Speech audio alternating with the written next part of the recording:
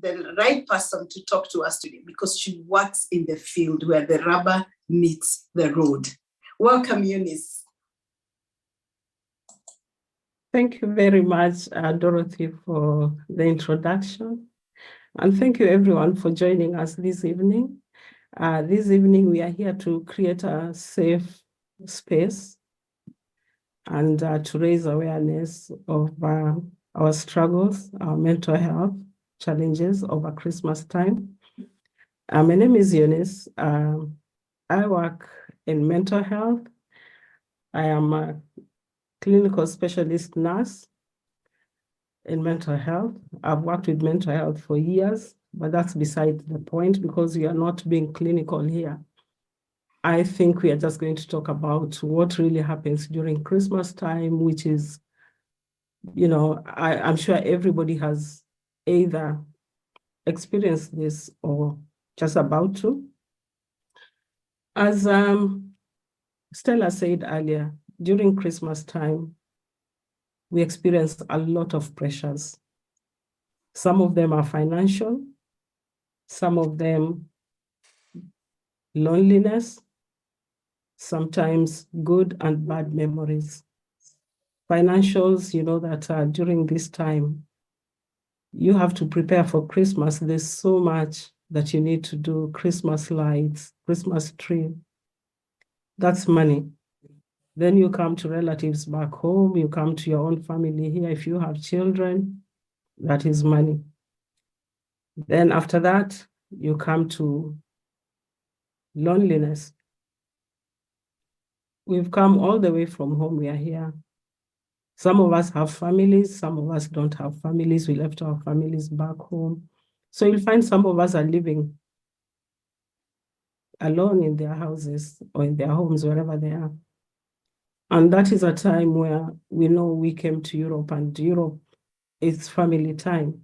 Back home, you used to have people around you. You used to celebrate with people, now you're celebrating alone. That's loneliness. That is going to affect your mental health. When you are lonely, you are idle, you've got nothing else to do. Sometimes you turn to the bottle becomes your friend. And you know what the bottle can do? It will affect your mental health, start having delusions.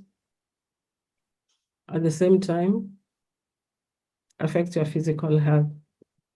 Then we come to good and bad memories. Some of us, we've lost family along the way.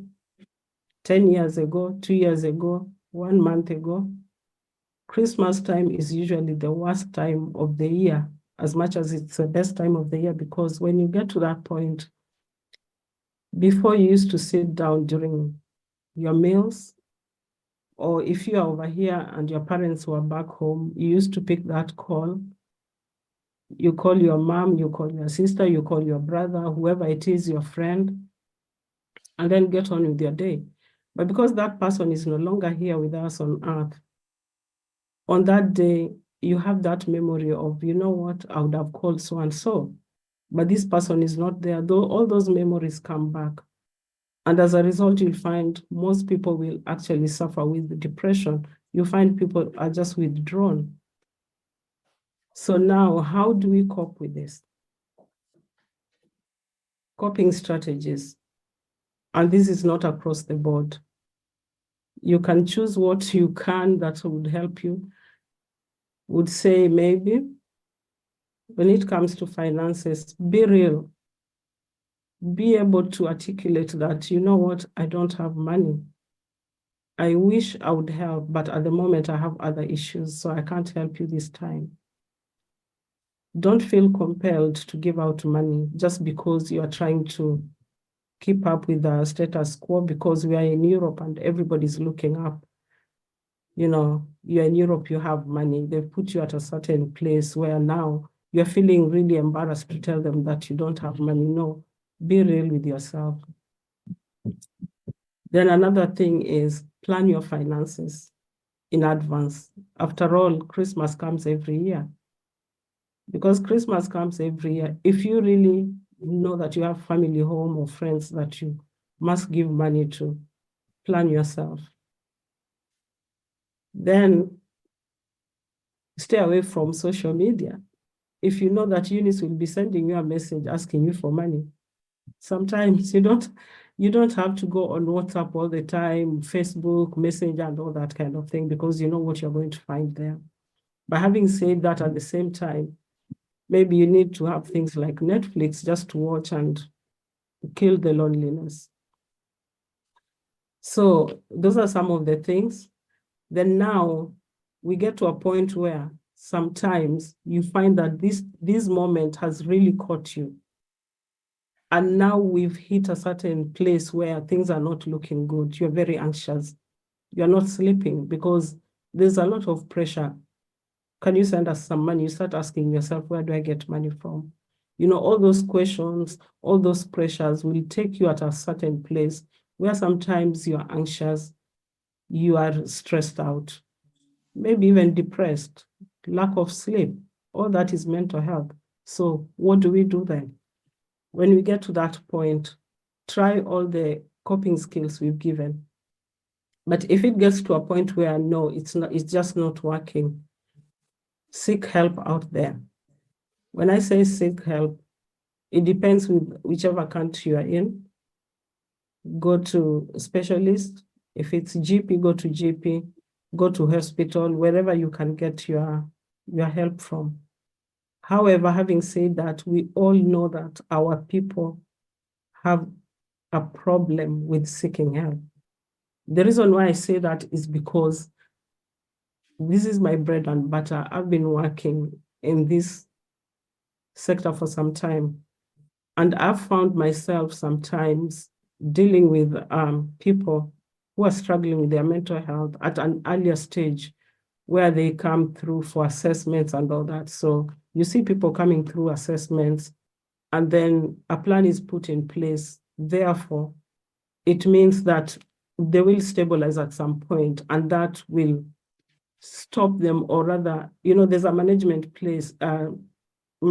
plan in place where you stop people from going to hospital. But during that process, during that journey, I've realized that most people that I see, it is very difficult for you to see our people. I'm not going to narrow it to Kenyans. I will say Africans or Black people. During those assessments, I can tell you I've done so many, and maybe I can count how many I've seen with one hand, maybe 5 or less than that. Then the reason is why. If you go to inpatients, you go into the units, the majority of people you see there, our own people, Black people, Africans, we are so many of us down there. So the question is, what happens in between? How comes during the first, the beginning of the journey, we don't have our own people?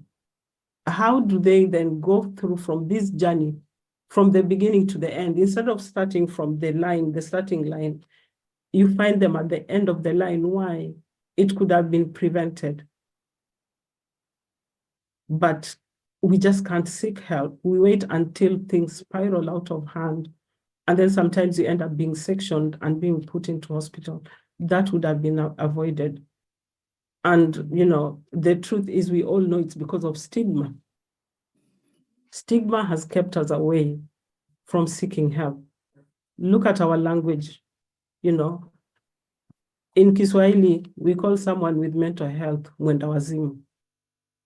You go to Central, Mugoroki. You go to Western Province, Muraru. You go to Nyanza, Janeko. If you listen to those names, they're so demeaning, the way they come out. And as a result, nobody actually wants to associate themselves with mental health. If you have mental health, you just keep quiet, because I don't want anybody to know that I'm struggling with mental health. And the reason is stigma, because you know what will come out of it. If you have mental health in your family back home, you'll find that nobody actually wants to associate themselves with your family. You're isolated because someone in your family suffers with mental health. if you have mental health, and that will be back home or here. So I would say back home, if you have someone with mental health in your family back home, you'll find that sometimes you're so isolated, nobody even comes to your home. The reason being the way people look at it, the myth that goes with it, our culture, religion. Sometimes you'll find people talking about someone who has mental health, or it's because of something you did.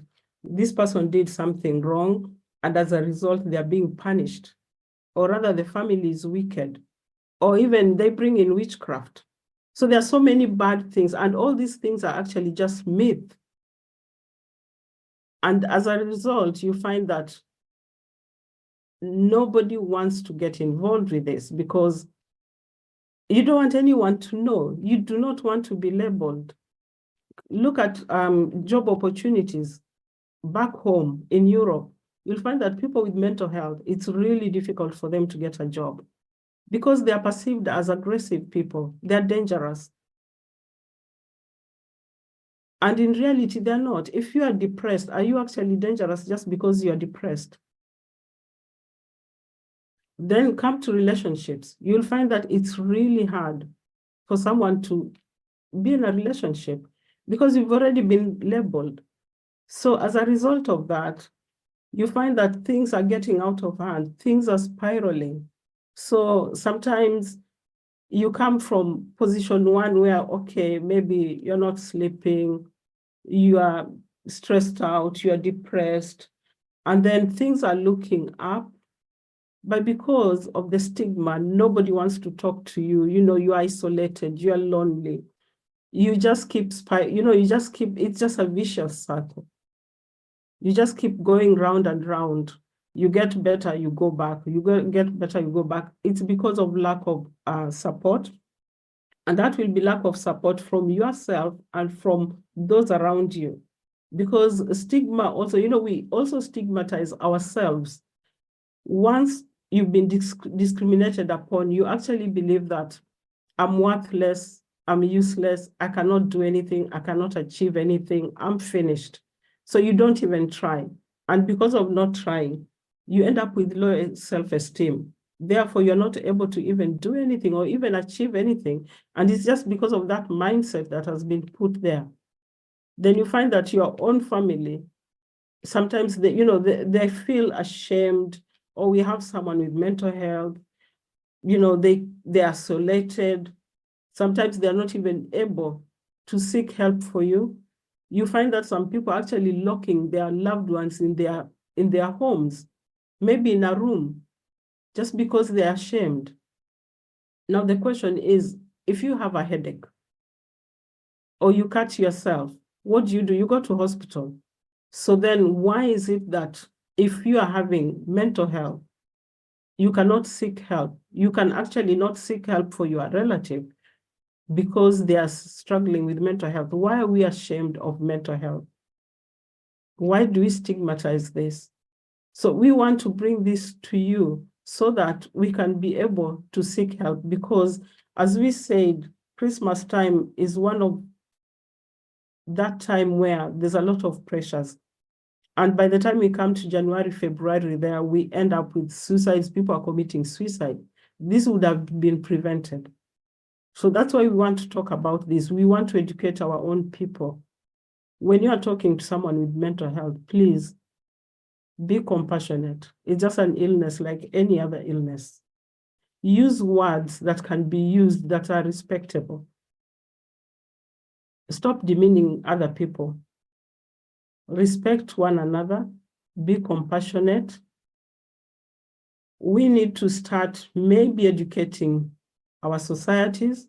We have to, if possible, maybe children need to, especially in Africa, back home in Kenya, if it was possible, it would be really good for this to be, mental health to actually be taught in schools. Children to be told that mental health is just another illness like any other illness. If you are struggling with mental health, you are depressed, you are anxious, I believe everybody on this platform at one point has struggled with mental health, because you're not going to tell me there's no single night that you've not slept. At least there's a night where you've not slept the whole night. You toss around the bed until morning. You don't just toss in bed for the sake of tossing in bed. You toss in bed because sometimes, you are deep in thought. You're having some financial difficulties. You are having maybe physical health difficulties. If you are sick, physically, chances are you'll end up depressed, especially if it's a diagnosis that you've been told is a serious one. You'll end up being depressed. So at some point, all of us have struggled with mental health. It just depends on the degree. So as a result, can we be able to support each other? Can we accept that this is a normal illness, just like any other illness? For those who have been through the journey and have survived, or those who are going through the journey, it will be nice if we got to a point where we can come out of our closets and speak about it. Let people know that, you know what, at some point I was really depressed. I didn't even know what I was going to do, but somehow I managed to get out of it. Or sometimes now and again, I get depressed, or I struggle with my mental health. Because when you talk about it, other people realize that, you know what, it is normal. It is normal. It is okay not to be okay. So we need to talk about this maybe through, we should have workshops, talk about it, do Zooms the way we are doing now. Just make sure that we can be able to reach out to so many people. We have to reach out to so many people. But this Christmas, please stay safe. At the same time, try and find a safe space for yourself. And find a safe space for your neighbor, your relatives. Reach out. If you know that someone lives by themselves, or someone just went through a bereavement recently, reach out, find out how are they doing. Because with mental health, sometimes just talking can help. Talk to people. The more you keep quiet, it becomes bigger and bigger and bigger until it explodes. So that's all I have to say for now. I wish you all Merry Christmas.